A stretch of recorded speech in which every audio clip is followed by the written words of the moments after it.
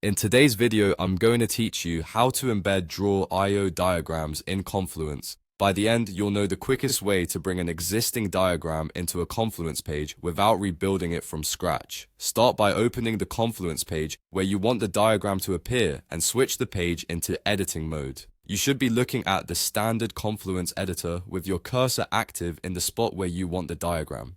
If you're collaborating, it's a good idea to choose a clear placeholder area in the page so the layout stays tidy later. With the editor ready, type the / command, then the word draw. Confluence will show you a list of macro options related to draw.io. If you don't see any draw.io options, your workspace may need the draw.io app enabled, or you might not have permission to use it. In that case, check with your admin. Otherwise, continue and select the option that's specifically for embedding an existing diagram, not creating a new one. This ensures you're reusing a diagram you already have instead of starting from a blank canvas.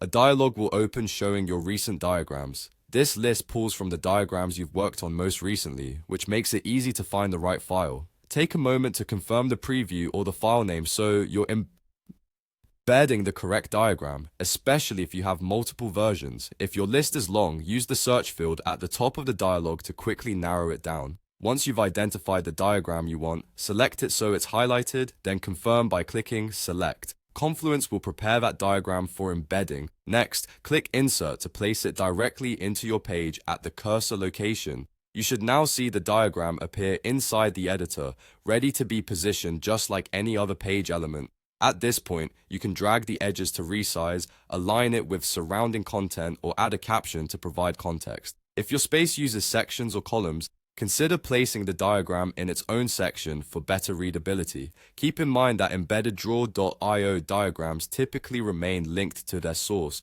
so updates to the original can be reflected without needing to re-embed. If the diagram looks blurry, try inserting it at a larger size or adjusting the layout to give it more space.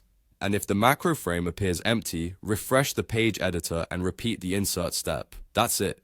You've embedded your existing draw.io diagram into a Confluence page cleanly and efficiently. When everything looks good, finish your edit as you normally would so your team can see the update.